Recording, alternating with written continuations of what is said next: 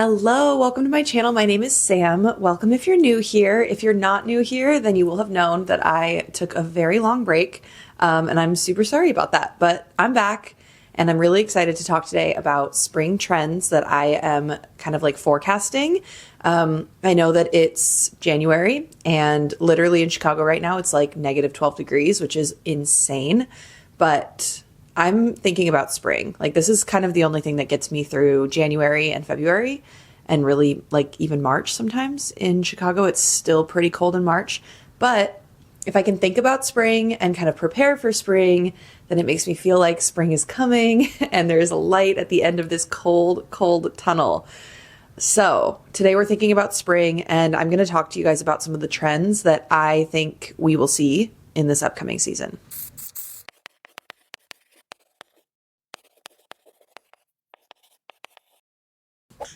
I also just want to clarify that like when I'm talking about trends that we'll be seeing, this is truly just like my own algorithm, not necessarily like things that are going to hit like Target shelves. You know what I mean? So take all of this with a grain of salt. I'm really just talking about my corner of the internet and what I'm going to be seeing more of and what I'm super excited to partake in, or even just to like pin on my Pinterest board, even if I don't end up like buying any of these trends.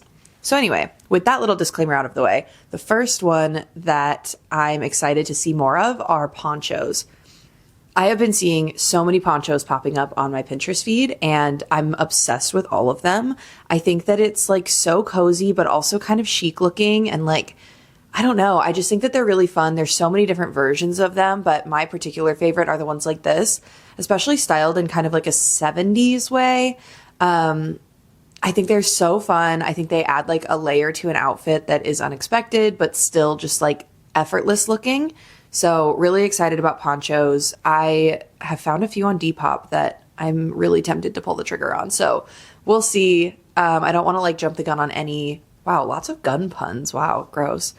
Anyway, so I have been seeing a lot of these on Depop. Well, I've been searching for them, but there's a couple that I'm tempted to buy. We'll see. Haven't actually purchased any of them yet. So I don't know. We'll see. I'm really excited for these for spring though. I think they're perfect because they kind of add that layer of warmth, without having to wear a coat. So when it starts to get into the temperatures where it's like, you don't really need a coat, but you still kind of want to have something like keeping you warm. I think this is going to be perfect. I'm really excited about this one. The next trend that I'm excited to see more of are kind of like 2-in-1. The first thing that I had noted down was like Mary Jane loafers with fun socks. I don't necessarily think that like a fun sock and shoe combo is new, but I think that we're going to be seeing it more this spring with like socks with flowers or like little teddy bears or I don't know, just like little characters and things on the socks, paired with like a chunky Mary Jane. I think this is so cute and I think that this is something that we'll see a lot of. And then sort of paired with that, I also think we're going to see a rise in like shoes that look like children's shoes. Last year we saw the jelly shoes, like the jelly sandals, which love as a 90s kid. Like the jelly shoes were my whole identity for a few years. And then seeing them come back, I was like, oh, just that nostalgia, that like carefree sense of being a kid and like having fun with your shoes. I think that's going to stick around, but maybe not so much with jelly shoes anymore. I think now we'll see them with like leather loafers, but with like a playful twist. I still think they look like kids' shoes, but just a little bit more. It's like if Doc Martens and My Childhood Closet like had a remix, you know? I think that's kind of the vibe that we'll be seeing more of. I think these shoes are perfect for spring too because they have the practicality of like, if it's still a little cold out, keeping your feet warm, but then having that like playful look of feeling like spring. I don't know if that makes any sense, but I'm super excited for these. And I really hope that I can find a pair secondhand to buy. So that was number 2 on my list. The third thing that I'm excited to see trend in the spring will be 2 colors. And I'm actually wearing one of them right now. That would be chartreuse and butter yellow. I think these 2 colors are like, they've been on the rise for a while. Obviously, I mean, I was able to buy this sweater, so it must be like popular enough to be in stores. I think both of these colors have been on the rise for at least a year, if not 2 years. But I really think that chartreuse and butter yellow are two colors that go really well together. They are very springy. So I just kind of think that like they're going to have a major moment in this upcoming spring season. If not for everybody, then just for me, because I love chartreuse so much. And then butter yellow to me is just kind of like a warm neutral. Like it kind of takes the place of like a beige or a white, in my opinion. Obviously it needs to be like done well. Like if I had some earrings for today's outfit that were yellow, or like maybe a necklace with like a charm on it or something, that would just be so cute and like would make the look. So that like color pairing, I think, is something that I'm really excited to see, and I hope does kind of like catch on, because it's just so fun. It's like bright and fun and just like makes me feel like things are kind of like coming to life, you know? This next one is kind of playing off of like the bag charms trend that we've seen for a while now. I kind of feel like we're all a little over it. Like if I actually see somebody out in public with like bag charms on their bag, my first thought is like, okay, they're online. I'm not saying I don't think it's cute. I do think it's really cute, actually. Like, especially if it's done well. Like we've all discussed the difference between like doing it well and doing it in like a Shein kind of way. So if you're doing it well, I do think it's cute, but I think that like the next iteration of this is going to be carabiners on belt loops, and then also like charms on your shoelaces. I think those are two iterations of that like bag charms trend that we'll be seeing coming up. I am particularly obsessed with the carabiner on the belt loop trend, just because it's like taking something that's kind of like queer coded. So like I see it a lot in my end of the internet, and then turning it like kind of cutesy girly. I love that mashup so much. I love taking that like butch carabiner stereotype and then adding like a Hello Kitty charm to it. And it's just like, I don't know. It's so perfect. I'm obsessed. I have a carabiner that I need to just like find some charms for, and you'll be seeing me with them on my belt loops. And then I think the shoelace version of this is just kind of like the obvious next step in terms of ways for us to accessorize our outfits. I think shoes are very similar to purses in the way that like you can accessorize them and kind of like leave them. Accessorizing things like your shirt and your pants, you have to wash them. So like you have to take the charms off every time you wash them. But something like a purse and your shoes, they can like stay on there for, you know, a few wears or whatever. So I think that's why we'll be seeing the charms kind of move from our bags to our shoes. I don't know. I'm not so sure about that one, but I won't be surprised if we do see it. So the next one is one that I've already talked about in a previous video, but it's leg warmers. And I really think leg warmers are going to come back in a big way. I think they are perfect for like functional practicality in terms of like springtime, when you really want to start wearing shorter hemline and it's still a little cold out. You need that extra warmth. Like leg warmers are literally made for that. So I think practicality wise, they like check that box. But then in terms of like fashion, I really like them. They're kind of a layering piece. They kind of give that like effortless slouchy vibe, but also like refined, and like you definitely thought about the fact that you were putting on this accessory. So I really like that kind of like duality, I guess, of a leg warmer. And I also think that with the rise of like the disheveled British woman look, and also the rise of ballet core, which we've been seeing for years now, I think this kind of hits both of those aesthetics. I love them so much. I've been wearing them, especially under my long skirts. If I feel like my legs are feeling a little bit like naked underneath a long skirt when it's cold out, I just have been putting leg warmers on, and it is perfect. I love it so much, especially like over boots. I've been talking about that too. I talked about that in my last video. Putting leg warmers over like Chelsea boots or any kind of boot, especially if it has a platform. I just think that it's so cute. So yeah, I've been doing that. I'm going to continue to do that. And I hope that more people start to, so that, you know, I'm not the only one. So the next thing that I'm excited to see more of in the spring is like a 70s aesthetic. I've been seeing a ton more of like 70s inspired looks on the rise.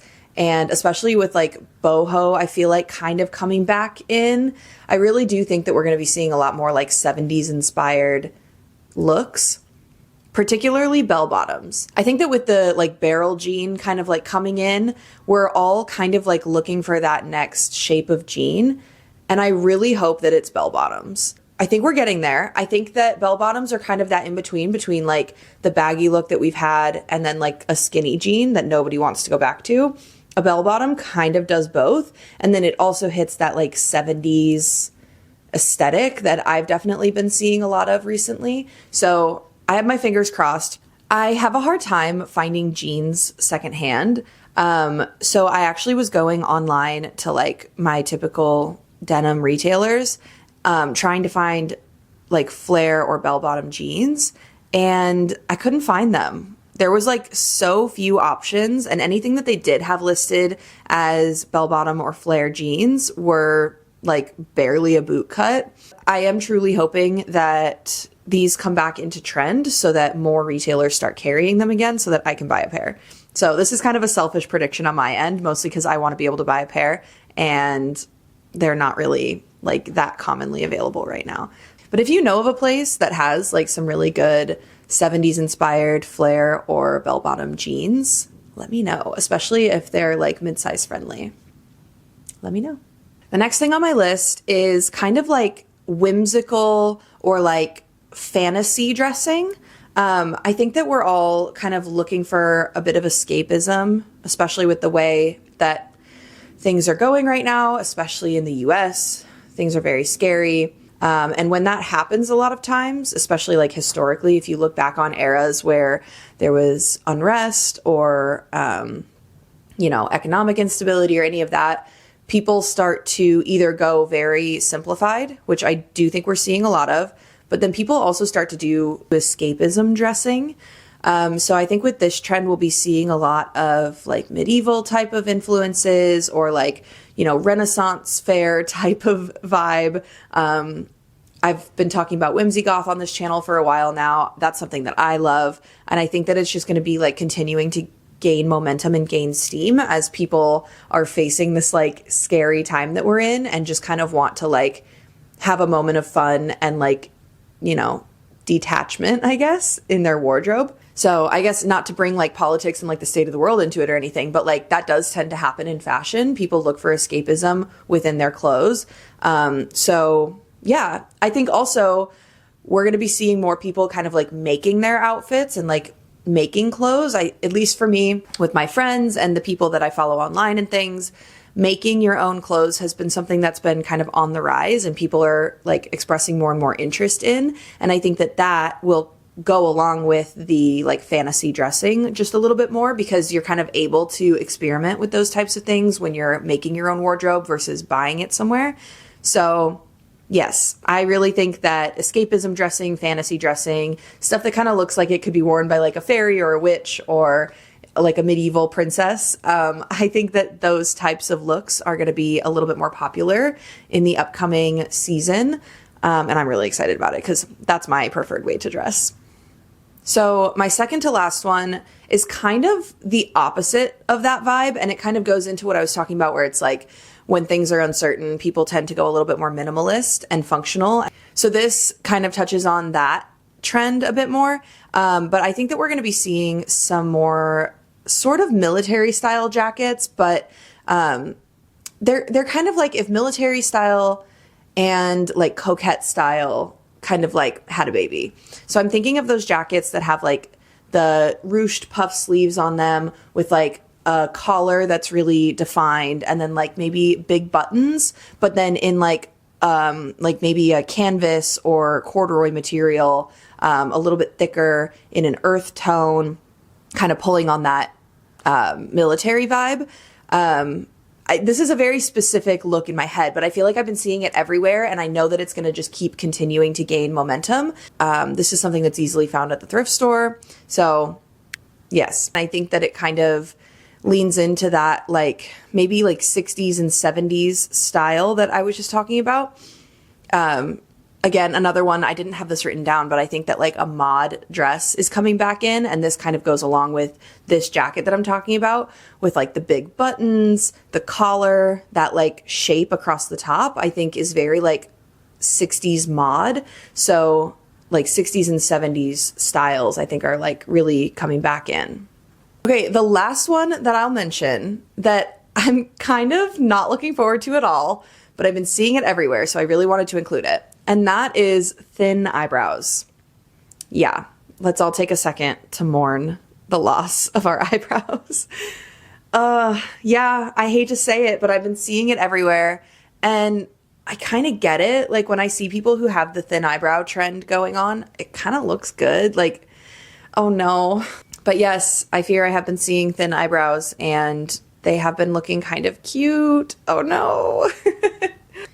Let me know if this is something that you're like equally as nervous about, because I don't know what I'll do if thin eyebrows come back. I have spent the last 10 years trying to get my eyebrows to behave and like be bigger, because I feel like my eyebrows are kind of naturally a little bit on the thinner side. So I've been doing everything I can to get them to be like more full. And now all of that effort will be for nothing if everybody starts to like go back to thin eyebrows. I guess maybe it's a good thing because my eyebrows are like somewhat naturally thin. So yeah, I don't know. This makes me feel the same way that I felt when people were saying that low-rise jeans were coming back. I was like, no, don't do this to me. We've made so much progress. But yeah, I do think they're coming back. So let me know what you think about that in the comments. I think that's going to be maybe like the most controversial one. And with that, we will wrap up my spring 2025 fashion trend predictions. These are just things that I kind of hope to see, that I think we will see, and I don't know. We'll see. Let me know what you think. Let me know if you agree or like disagree, or even if you agree that you think you're going to see them and you hate it, like the thin eyebrows one. Let me know. I love to hear your thoughts. And I'm really hoping to be back at a more like consistent rate now. I had technical difficulties that I think I've gotten figured out. I also got sick, and I'm no longer sick. So we're all set, you know? January was rough. Whatever. I plan to be back more consistently, so be on the lookout for more videos from me, and I'll see you guys next time. Thank you. Bye.